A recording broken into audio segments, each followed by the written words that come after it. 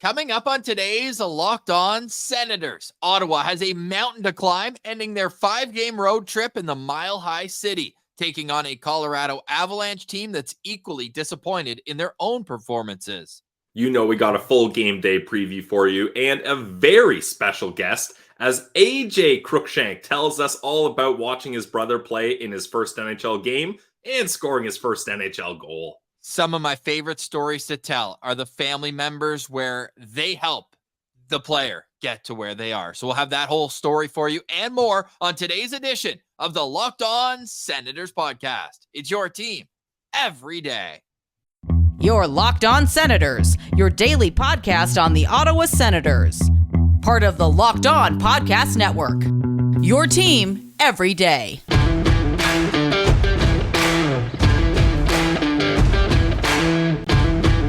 I'm Jake Sanderson, and you're listening to Locked On Senators podcast. I'm Tim Stützle, and you're listening to the Locked On Senators podcast. Welcome inside episode 943 of the Locked On Senators podcast. I'm Ross Levitan on the outskirts of enemy territory in Winnipeg, Manitoba. Alongside Brandon Piller up in the Blue Mountains. You can follow the show on social media. We're at Sens Central on Twitter, LockedOn.Senators on Instagram. The show is free and available on all podcast platforms, including on YouTube, where a like, comment, and subscription go a long way to helping the show grow. Today's comment, we want to know one storyline you're watching for tonight, Senators at the Colorado Avalanche. Today's episode is brought to you by Sleeper. Download the Sleeper app and use promo code LOCKEDONNHL to get up to a $100 match on your first deposit. Terms and conditions apply. See Sleeper's terms of use for details. Today is Thursday, December 21st, and Pilsy, one team has a Stanley Cup in the last 2 years. The other hasn't made playoffs in over 6 years. What comment do you think came out recently that said, we hate how we're playing, guys are freelancing, and it is just not acceptable the way we're playing? Well, probably not the Ottawa Senators, as that kind of accountability has yet to show up here. Now, new bench boss, Jacques Martin and Daniel Alfredson, they might change things around, hopefully sooner rather than later. But yeah, Ross, it is wild to see a team as good as the Colorado Avalanche and see them as pissed off, or at least Devon Toews as pissed off as he was at the group and individuals as a collective. So this is going to be a pissed off Colorado Avalanche team coming home here. And they might have reinforcements. We're going to get their lines up in just a little while, but they did have some players welcome back. Optional skate, by the way, this morning for both the Colorado Avalanche and the Ottawa Senators. Some are saying, practice them.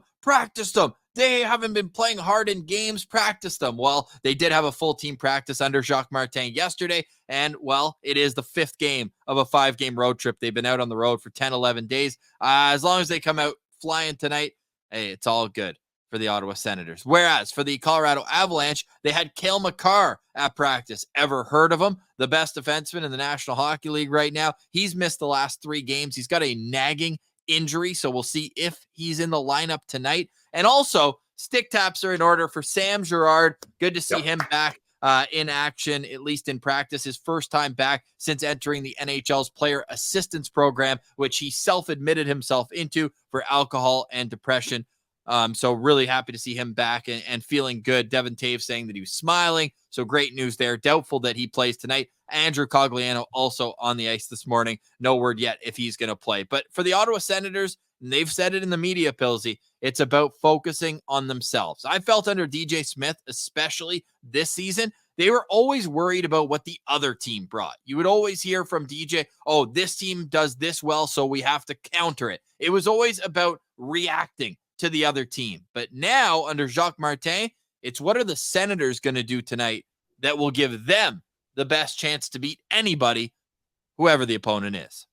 Yeah, it's definitely a shift in conversation and dialogue for sure. Now, Ross, I don't mind the approach of saying, hey, this is our opponent. Let's take a look at what they do good and how we can beat them or what we need to work on and things like that. If you've already got yourself figured out, right? You got take care of your in-house stuff first, and then you can start peeking across the ice and seeing what the other teams are up to. Because it doesn't matter who this team plays, Ross, whether it's the Arizona Coyotes or Colorado Avalanche. It seems like the Ottawa Senators are not quite organized in their own zone and in their own end as the Arizona Coyotes. I talked about it. They get some of the fewest shots average on goal each game. I think they were averaging around 26. They put up 38 shots on the Ottawa Senators. So, like, this team needs to figure itself out. Now, it's going to take time.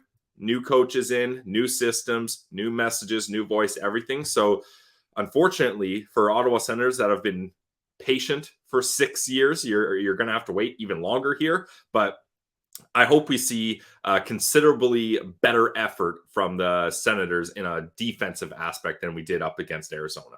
Yesterday, we spoke on the show about short shifts, and that remains a big focus because Jacques Martin had the stopwatch out, right? He's focused on making sure that these guys are as efficient as possible. And not to give away too much from our keys to victory coming up, Pilsy, but I will say that short shifts are never more important than when you're playing in altitude like they are tonight in Denver. So not only that, but they're also going up against a team that maybe you could say they're a little top heavy at this point in their kind of championship window. Not having Landeskog obviously is a huge detriment for them. He's out for the season. Hopefully he gets his career back on track after an abundance of injuries, because man, what a player he is. Going back to his draft year where I was hoping Ottawa would get him. He went 3rd overall. Ottawa drafted 6th. They ultimately took Mika Zibanejad that year, but he's out. Obviously they've been without Cale Makar a little while, and they've basically been relying on one goalie. Alexander Georgiev leads the NHL, if not top 2. Last I checked, he was leading in minutes played. So he's been a very steady presence for them this year. And I'm curious to see how Ottawa is going to challenge him tonight, because for Ottawa, it's about getting to the dirty areas. It's about doing the right things over and over and not having a gap like they have over the last little bit where, hey, one thing doesn't go their way, bang, bang. Like the 38 seconds, 2 goals against Arizona, the Vegas game where things just deteriorated into a debacle. It's been over and over shooting themselves in the foot. And when they shoot themselves in one foot, they're like, hey, we should at least mirror the pain and shoot ourselves in the other foot. Yeah, let's even this out. Let's even it out. Hey, it's better to be even. But tonight, hopefully they can, because let's be honest, it's going to be a pretty like strange vibe at the CTC on Saturday night either way. Yeah. But if they come back without a single win on their road trip, come on.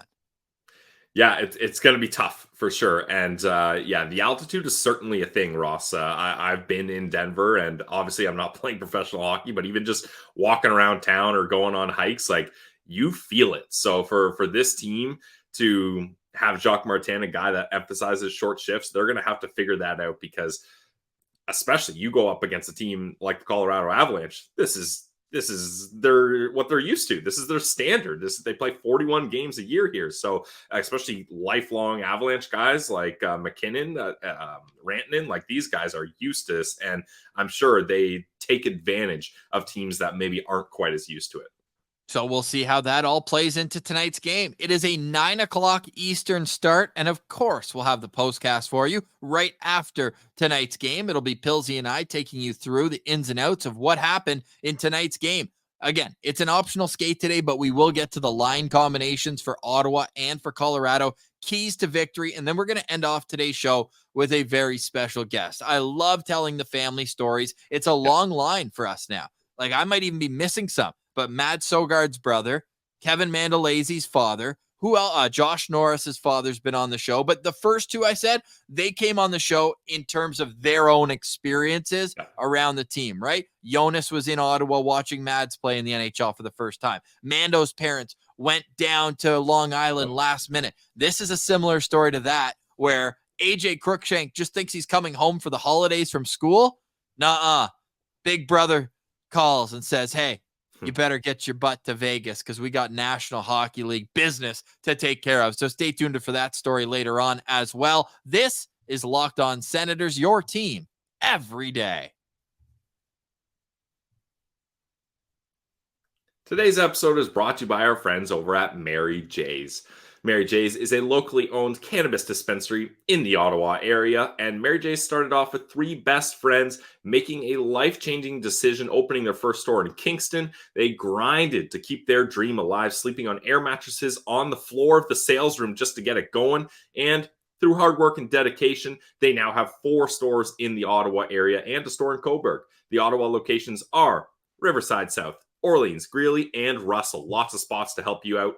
Mary J's offers the absolute best and newest products in the market, with many new additions added to the menu every single week. They got everything you need, whether you're a rookie or a grizzled vet. Mary J's offers competitive pricing. In fact, they will price match any store in Ottawa. That means you are guaranteed to get the best price around at any of Mary J's 4 locations. Mary J's also offers the best customer service by having the friendliest bud tenders who are always ready to assist. One of the owners, Dashy, absolute beauty, is a diehard Sens fan. So go to one of their 4 locations, say what up to Dashy, ask him about how the Sens are doing, and pick his brain about all the newest, latest, greatest products that Mary J's has to offer. Check it out today, guys. Mary J's Dispensary.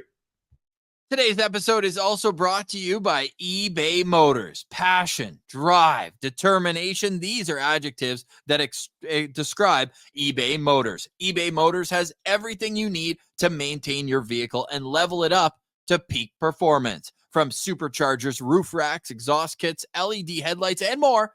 Whether you're into speed, power, or style, eBay Motors has got you covered. With over 122 million parts for your number one ride or die, you'll always find exactly what you're looking for. And with the eBay Guaranteed Fit, your part is guaranteed to fit your ride every time or your money back. Because with eBay Motors, you're burning rubber, not cash. With all the parts you need at the prices you want, it's easy to turn your car into an MVP. So keep your ride or die alive at ebaymotors.com. Eligible items only. Exclusions apply. eBay Guaranteed Fit is only available to U.S. customers.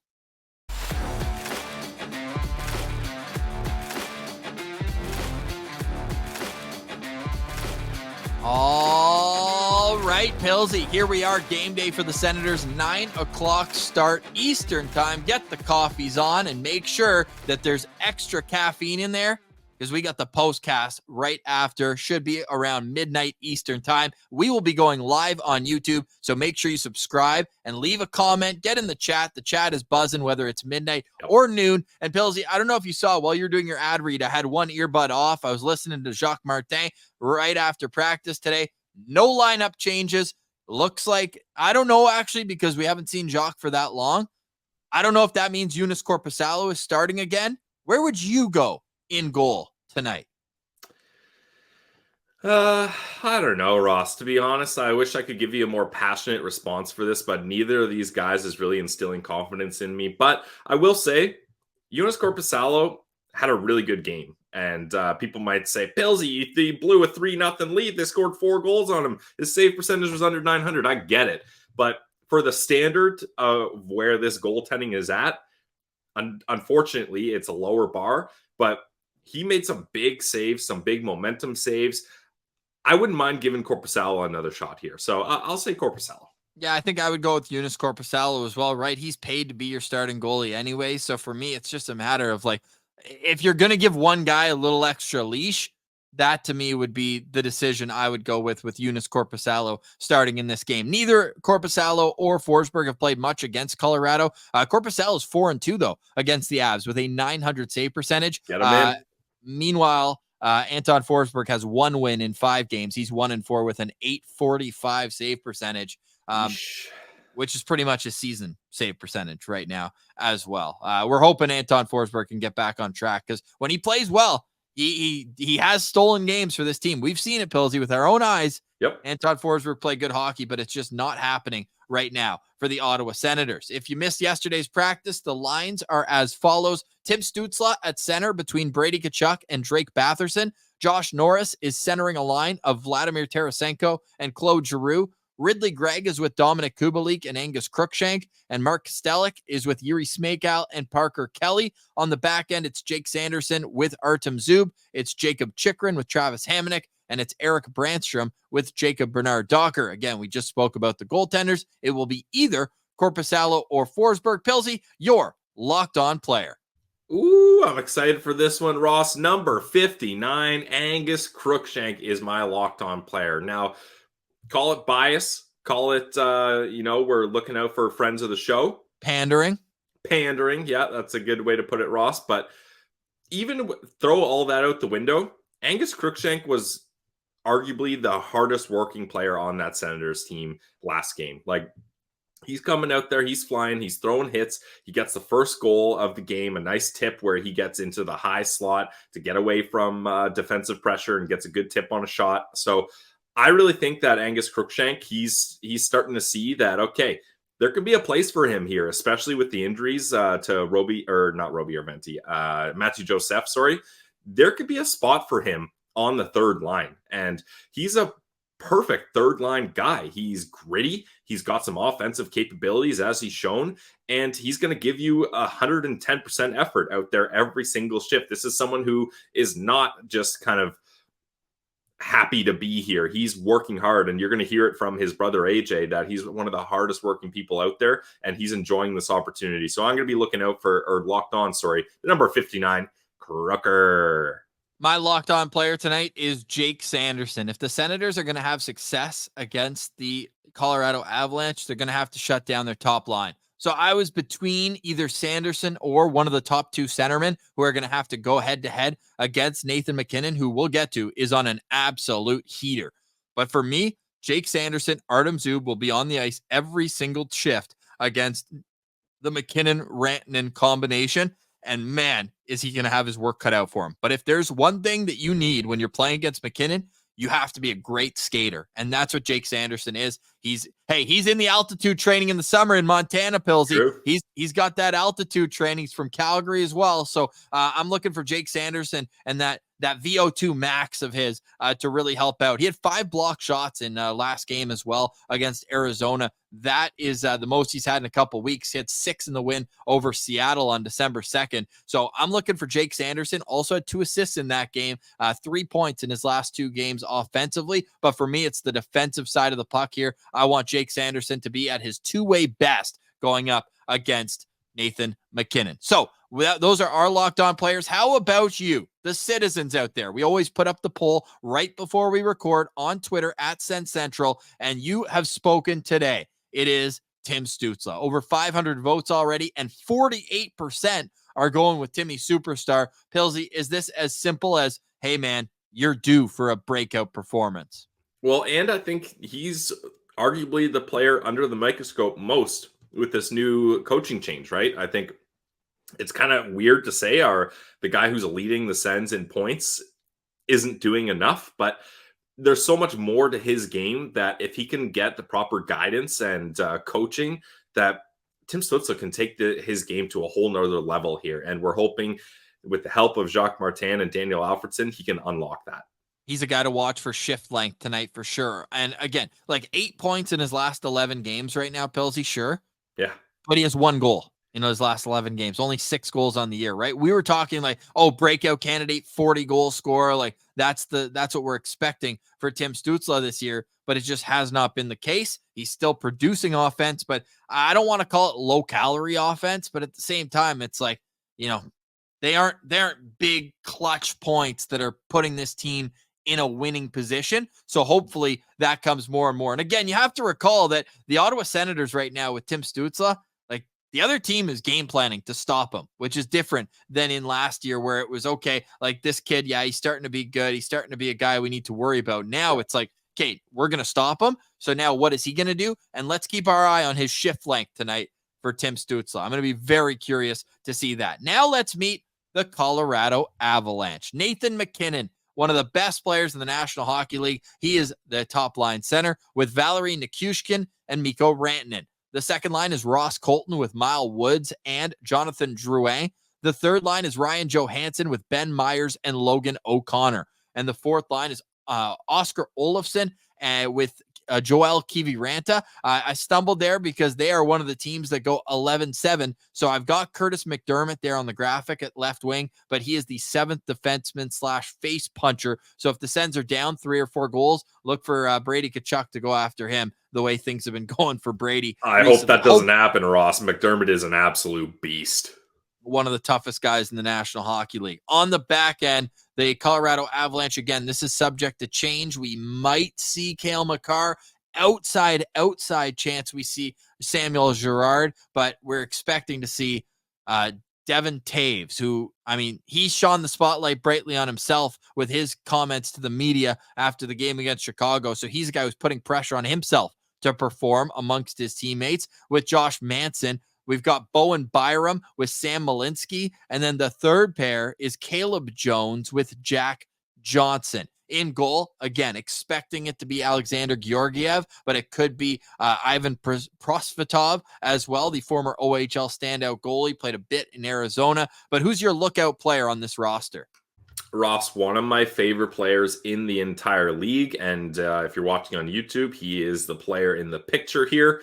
Number 96, Mikko Rantanen. I mean, this guy is just an absolute stud.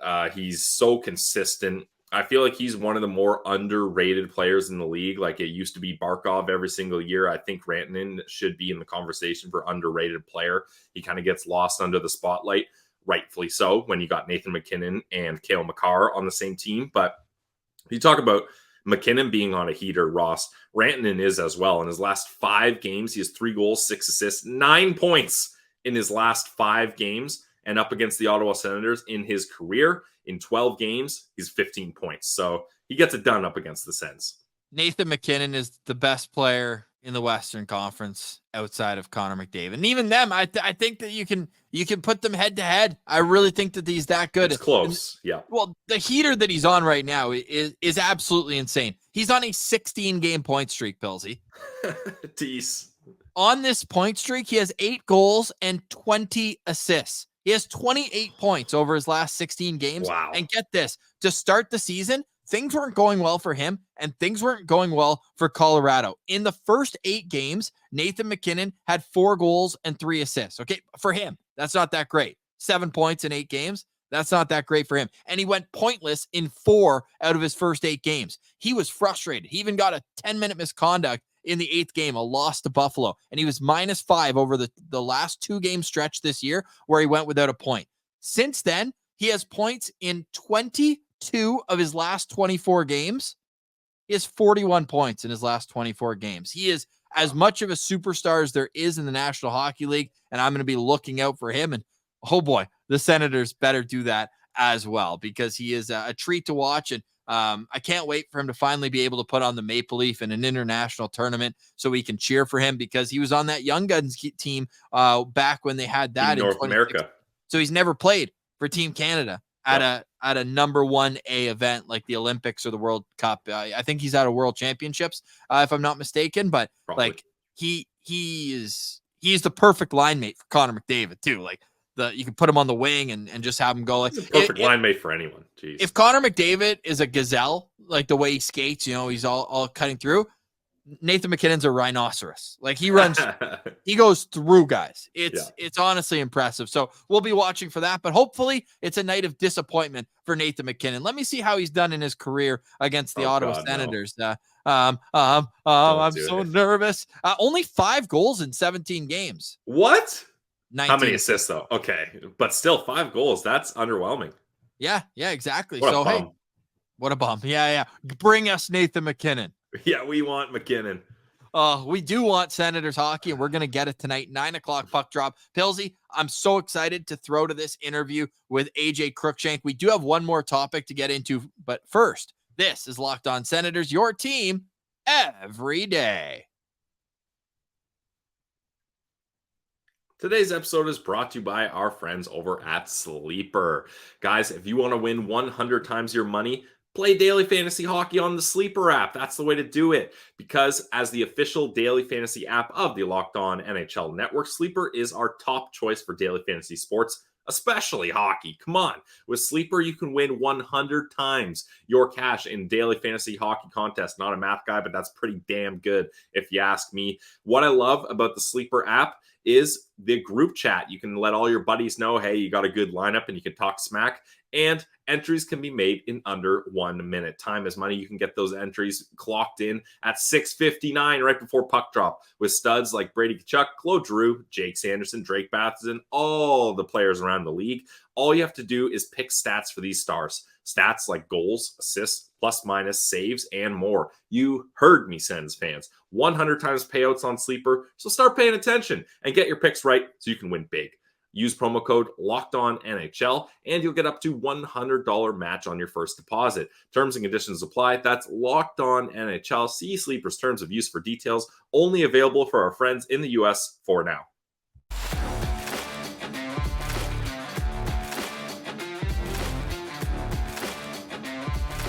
All right, Pillsy. So not only is it a game day for the Ottawa Senators, it's also a game day for the Belleville Senators. They're without Yuri Smeykal. They're without their top scorer, Angus Crookshank. But you ready to be a rumor boy, Pillsy? Go. We have unconfirmed reports beyond the Twitter messages that were going around. Okay. I believe that Tyler Boucher will be making his professional hockey debut tonight when the Belleville Senators host the Wilkes-Barre Scranton Penguins. At least I hope so. Two things about this.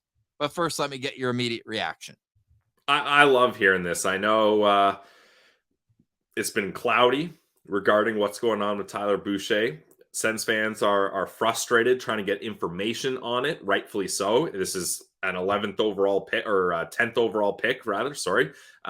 This is a big deal for the Ottawa Senators to try to get his development going, as he's going to be a guy that hopefully in the future plays a part on this team. So to have him make his AHL debut, hopefully tonight, is a big deal. And that's going to be a real treat for the people in the Bay of Quinte.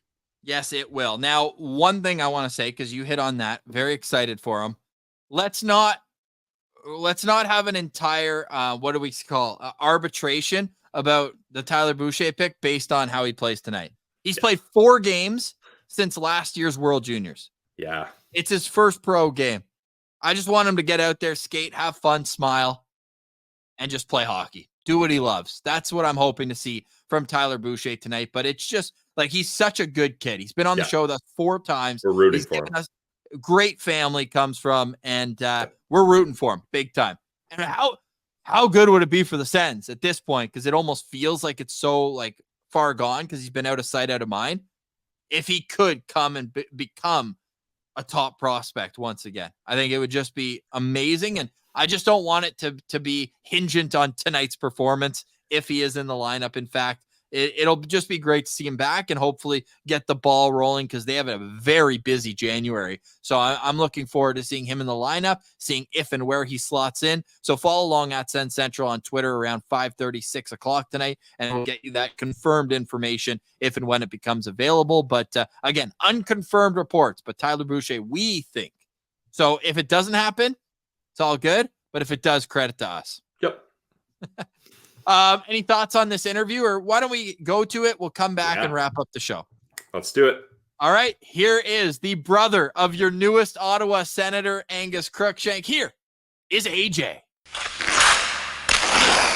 All right. We now welcome on a very special guest, a proud brother. It's AJ Crookshank, right back from Mullet Arena. He was on the NHL tour of duty, first in Vegas, then in Arizona. AJ, take me through the last 48, 72 hours in your life, man. Oh, it's been so crazy. I mean, I started off with, I'm flying back after exams are done, and I'm in the line to get on the plane, and my brother just starts calling me all of a sudden. I'm just confused because he doesn't call me that often, and hop out of line, pick up the phone.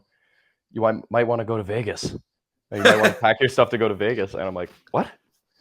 And that's how I found out. Land in Kelowna, get home for 5 minutes, throw my stuff on the ground, and then we're right down to Vancouver to catch a flight to Vegas. And it was just so crazy.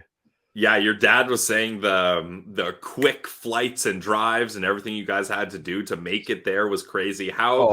How much in advance to the game did you get there? Was it like cutting it close to the Vegas game, or you were able to get there and enjoy Vegas a little bit? We were actually able to land we were able to catch a flight the day before. I mean, so nice. We were able to kind of walk around Las Vegas because I've never experienced it before. So it was nice to just experience it. I mean, I didn't really expect my being with my parents my first time in Vegas, but here we are. No doubt, man. And what an arena for your brother to get his debut. Like I saw you guys were right down by the glass at one point in warm up too. Just the whole experience there. How did it all evolve? And then getting to see him take his first shift. And he had a couple of good chances on his first shift too. Yeah, it was. I mean, that was a crazy first shift because I mean, it had like a solid shot on goal to begin. And we're like, no way. There's just no way it happens now. But they really know how to throw a hockey game in Vegas. Yeah. Like, I don't think I've had more fun as a spectator to begin with. Like, just the way they keep the crowd in and stuff. And even my brother had to point out, like, he's looking around like, this is so many people. Yeah, it's a little different than the green seats in Belleville. Just a slight difference. Well, I mean, it's crazy. You go from Vegas, and I've been to a game in Vegas. It is wild. It's an entertainment event with some hockey mixed in there. Like, that's what it's like. But then to go from that to Arizona, which, I mean, Mullet Arena, that's pretty similar to CAA Arena in Belleville. Oh, yeah. What was that transition like for you as well? I imagine that's probably your first time in either of those rinks, eh? Yeah, it was the first time there, and it was a pretty drastic difference because it seems like I know this is the wrong way to put it. It's a junior, almost like a junior game, like the size of it. That's fair. But yeah. God, they make it sound like there's at least 20,000 people in there. Yeah, like it gets loud. A lot of busies being sold in that rink, or what? Well, no, because it's like $20 for one of them. So I had to contain myself to one, and plus it feels like it's a vat of Vizzy that I'm getting, where it's two tall cans mixed together. Yeah, dude. Yeah, I thought you were like 4 feet tall when you had it in your hand, just based on the ratio. Yeah, it was nuts. Like my hand, like I could two-hand one of them, maybe. So you got your 5 seconds on TSN as well, and it was perfectly timed right after your brother got into it with Jason Zucker. You've probably been on the other end of that with Angus over the years, I'm sure, where you're pushing and shoving. Were you giving it to him after the game that he didn't drop the gloves and make a hay out of it? Yes and no, because I feel like I don't want him to get into a fight on a second game. I feel like that's just not who he is, but I just love the fact that he plays like he's 250 pounds and so much bigger than everyone else when he's shorter than me, and I got to live by that. Well, and you're a rugby guy too, so is there any sort of technique that you're teaching him over the years of how to grapple when you're not maybe the biggest dog in the fight? Well, I mean, yes and no. I feel like for him, he's the older brother, so I usually was the one getting dominated, so I had to learn from him how to grapple. There you go. Yeah, I feel like we're bearing the lead here, though, Ross. You get to be in attendance for Angus' first NHL goal, and that happened quick in that game as well. Take us through that moment for you and your family. Well, it felt a little surreal at the time because, I don't know, it felt like the ref was a little delayed on the call when the puck went in the net. But we just saw the puck go, and we were just a slight confusion, like, did that really just happen? And then we're all standing up just screaming. It was kind of funny because I swear everyone around us knew that, oh, Angus is our kid. Angus, we know him. Yeah. And made every Phoenix fan Arizona fan around us Angus Crookshank fan, which is kind of cool. So they were all fired up for it. That's awesome, man. And it was a great goal, beauty tip as well. He told everyone after the game that he made contact with you guys right away. First people he saw when he looked up. Did you make eye contact with him too? Did you see that? I did, but like it was when he kind of turned around and he just looked back with the biggest smile I've ever seen on that kid. And you can't help but just be so proud of him. And yeah, I'm sorry. It's just indescribable. I don't know how to put words into it. No, that's the best. And it's a perfect kind of lead because I want to get into kind of how he got here because the journey's unreal. We've had him on since before and after the knee surgery, but I want to rewind it even further. Like, take us through the early memories you have of either being in the rink when Angus is on the ice as a young kid or when you started realizing like, hey, there might be a future, whether it was just going to college and getting his education through hockey or being able like, hey, this guy, he might have that it factor to be an NHLer one day. I mean, it was always like in the back of my head, I never wanted to tell him that being the little brother that he had the it factor. But you're like, you're okay, Angus. Not that big of a deal. He's all right. Yeah. But I don't know if I've ever met someone that works as hard as him. on and off the ice. Like whatever he can do, he will do it to the end. And like even like when I'm trying to remember if it was like when he was 16, we're going into the WHL draft where he's a lot smaller than everyone and doesn't get discouraged. And he's like, okay, I'm gonna go university and just focus on that and put all of its energy towards that, and it worked out great. And yeah, like it's weird knowing that my brother's a professional hockey player now. It's kind of realized he's not only professional leaguer, this guy's a National Hockey League goal scorer. Not a whole lot of people in the world can say that. Yeah, one of the funniest comments that you made after that first Vegas game was, no one could take this moment away from me. Yeah. I guess this really happened. Yeah. And I mean, what timing, right? Under a new coach, he scored the first goal under Jacques Martin 2.0. Talk about making a first impression on your new boss. That is quite the first impression for sure. I mean, I feel like also a little bit like doing it in front of Daniel Alfredson as well. Like we grew up watching him. Yep. And you're just like, whoa, there was even a point where Alfie looked right over to Jacques Martin. You wouldn't have seen it on the TV broadcast, and he goes, "That's his first goal. That's his first goal." So he knew right away. That's so cool. And there was even a point on the ice where he was on with Claude Giroux and Tarasenko, and I'm just like thinking to myself, "Don't look at the jersey numbers. Don't look at the jersey numbers. Don't freak out." Because again, like we would play whenever we would play NHL, the video game. Both those guys were on the cover. Yeah, on the cover, and true. They were some of the better players in the game. Yeah, it's just like, what? That's so awesome. It's so cool. And, I mean, I want to get your perspective on this. Maybe you can shed some light on it, because you talk about how hard of a worker Angus is, and we know that knee injury for him was just devastating, missing an entire season of hockey. Like, what can you say about what he went through in that season and now where he's at now? Like, that must just be an incredible comeback story from your vantage point. Oh, absolutely. I mean, on the outside, he's showing a tough exterior, but on the inside, he was very open about just kind of what he's dealing with mentally and stuff like that. And it was tough. I can't even imagine. I mean, I've had my own struggles with injuries, but I've never had something like that.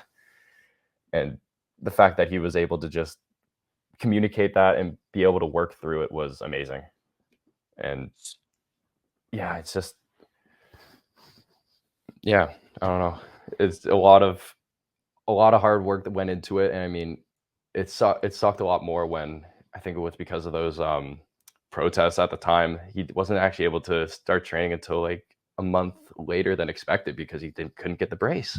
Yeah. Oh, dude. Yeah, it was clogging up all the borders and all the shipping.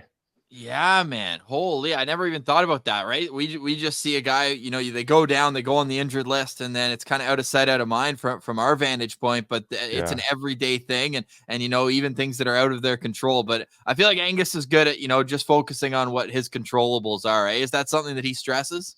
Yeah, absolutely. I mean, I've definitely had to learn from him in that sense of just worrying about stuff that you can personally control and not worrying about exterior stuff. I mean, it's life.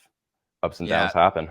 Yeah. So I want to get back to the emotion of the whole family. Who had the waterworks going? Because I know Angus, my mom. I was gonna say your mom was crying even on in the warm-ups when she saw him on that video. Oh yeah, it was. That first lap was so cool. Like it was even for me, it was hard to not tear up just knowing what he's gone through and how much work and dedication he's put into it. Were you guys trying to get a photo of him coming out of the tunnel? Because I don't think it would have been possible. He was going 100 miles an hour. Yeah, he was like doing a power strut out of there. I texted him after the game, like, you should have done like the Deion Sanders shuffle out of there and make it extra cool. But like there's no eye contact while you're warm up. It's all, he's fully locked in, but then there's a couple slight glances and you get a smile and you just know. He knows. That. Yeah. That's and incredible. Belleville just highlighted last week, and I've gotten to see it in person once or twice as well. Like his pregame routine, he might be the most like locked in. Like he's not a guy joking around before the game and all the high fives and everything else. Like he's a very focused individual. So it's kind of funny when you have that, when you know that personality, but then you see him on the ice and he's able to crack a smile for you guys. Yeah, it's so cool. I mean, there's one clip I remember, I think Ottawa tweeted it, where it's his, before the game, he does like an eye tracking warm up where his eyes just go side to side and he's just like holding his thing, just going side to side. I'm like, that's kind of funny.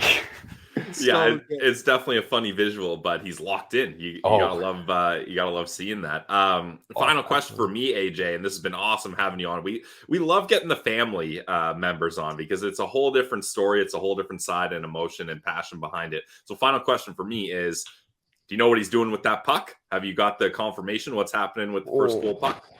We didn't even get to see it. They had to hold on to it because apparently they're putting it in a whole plaque and everything. Yep. So I think that's probably going to stay with. It's probably just going to stay with him wherever he goes. I don't think that's going to leave his like travel bag or anything. He's going to hold on to that for the rest of his days for sure. Is he a guy who? Is he a guy who kept a lot of memorabilia growing up too, or is this one's obvious? But he keeps a lot, like first place at the novice AA tournament of the BC Interior International Tournament, or what? Oh yeah, like there was he still has a Red Wings hat from when he did a tournament down there in 2008 when they're on their cup run. So like just keeping all that stuff. I mean, it has its ups and downs. I mean, he keeps so many broken sticks in our house for some reason. I don't know why. And it sucks because I mean, as someone that likes to go on the outdoor rinks, I kind of want a free stick. It sucks if I grab a broken one. You're like, Angus, maybe bring home a proper stick for me, or and I ask him for it, he's like, no, I got to shoot with it.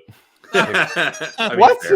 You have enough. Well, I was gonna say it has your name on it, but it doesn't actually. Do you know where this Buster nickname originated from? Oh, I have no idea where it originated from, but it's been around since as long as I can remember. Okay, he's always been Buster. It's not from from an AH, like from the Belleville locker room. That's from like childhood. No, it's been childhood. Like my mom's called Angus Buster for most of his life, and you can ask him for that. It's crazy.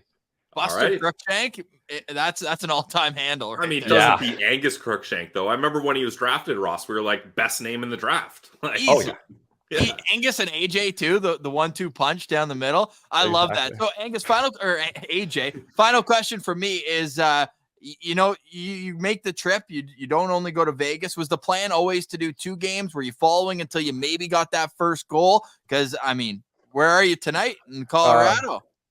I mean, it was kind of up in the air. We were just kind of following along, see which games he would play. So we got through Vegas and Arizona. We were just kind of like, we were all sort of tired just based on the 5 days of crazy, more or less. And we're just going to be watching from the interior, sadly, but it's still crazy. Like, a good chance he's going to be on the lineup for tonight. Well, first game you got to see, first goal you got to see. I mean, those milestones are the important huge. Ones. Exactly, man. And that's so cool. Thank you for sharing the story, man. I really appreciate it. You got the same demeanor as your brother, man. We always say how much of a good person he is, and clearly it's a family trait, and obviously the emotion coming from both your parents as well. It's what it's all about. It really is, and getting to see how much it means to all of you guys is great, and we appreciate you sharing the story, AJ. Yeah, thanks for giving me the platform to share, and I appreciate the time that you guys are giving me and letting me have my 15 seconds of fame.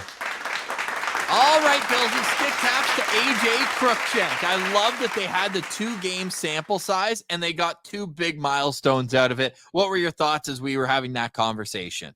I mean, AJ was kind of exactly what I expected. Very similar to his brother Angus. Both good dudes. Very down. Couple dry humor jokes tossed in there. Yeah, very down-to-earth guys. So I imagine the rest of the family, his parents, are also the same. And this is what we love doing, Ross. This is some of our favorite stuff. Obviously, the big name interviews are awesome, but getting that passion and the emotional stories from the family members who have been there every step of the way for these guys, and then get to watch these moments happen right before their eyes. is some of my favorite stuff to hear and to talk about. So hopefully all the listeners felt the same. And I have a feeling we're going to be seeing a lot more of the Crookshanks around, as Crooker's looking great out there for the Sens so far. We certainly will. Great talk today, Pilsy. Great interview. Stay tuned for a whole lot more. And an announcement. We may as well just tell people now.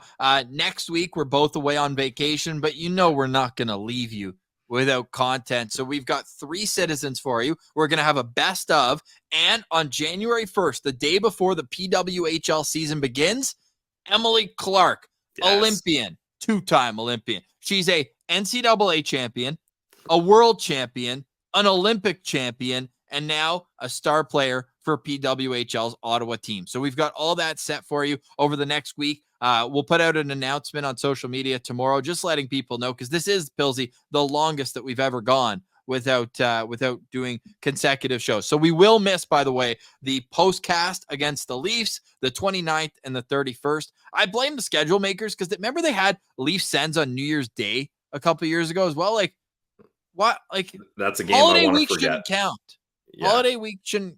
It should be like we should be playing Columbus. We should be playing Nashville. Like games like that on the holiday week. Like Buffalo. Like not these ones. Have some respect for the podcasters that are trying to get a quick vacation in. Come on.